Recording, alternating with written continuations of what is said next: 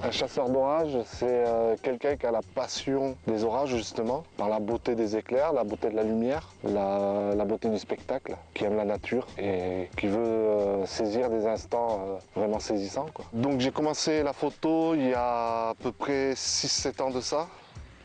J'ai toujours plus ou moins baigné dedans puisque mon papa fait de la photo toujours. Mon grand-père faisait de la photo. Et moi je me suis mis un petit peu tardivement parce que je n'étais pas spécialement attiré par ça. Puis c'est mon papa qui m'a mis un appareil photo dans les mains.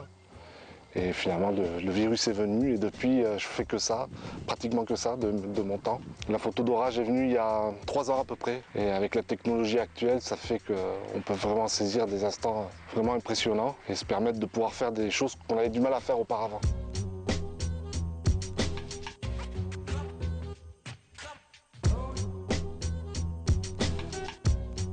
Ici, on est sur les hauteurs du Staritz.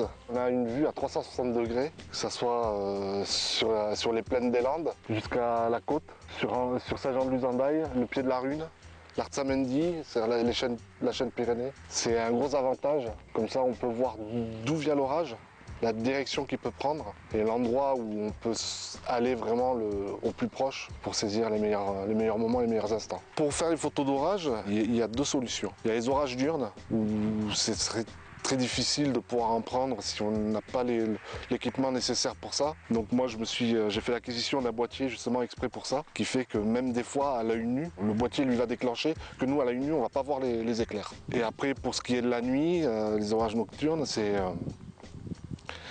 télécommande, l'appareil sur un trépied, télécommande et on ouvre ce qu'on appelle le miroir, on ouvre le miroir, on laisse la lumière rentrer en fait, et on attend qu'il y ait un éclair. Une fois que l'éclair est passé, le capteur enregistre la lumière et là on referme le miroir et la photo est enregistrée. Après il est nécessaire d'avoir un trépied, une télécommande et un appareil photo réflexe numérique ou argentique, mais un réflexe surtout pour pouvoir procéder à ce type de photo.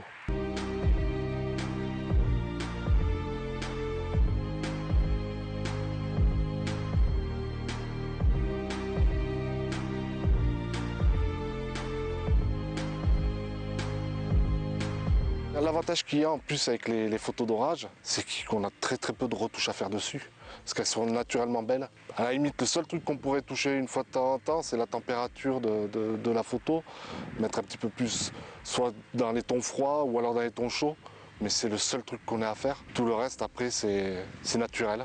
Alors, une super belle photo d'orage, c'est quand on arrive à prendre du point de départ jusqu'au point d'arrivée, jusqu'à l'impact, avec avec une super belle zébrure, avec une très belle lumière, avec une belle ambiance autour, le paysage qui va avec des fois. La photo d'orage, c'est vrai que c'est pas donné à tout le monde. Il y a de très gros risques. C'est très dangereux. Il faut savoir lire et apprécier la violence de l'orage. Il y a plusieurs types d'éclairs. Les éclairs qui vont du sol au ciel, des éclairs qui vont de nuage à nuage, et on a des infra-nuages. Il faut savoir lire tout ça pour faire attention au niveau du danger et pouvoir se mettre à l'abri si on peut. Il ne faut pas que le petit photographe lambda qui vient d'acheter son appareil photo s'amuse à faire ça. Il faut d'abord surtout apprendre bien les orages.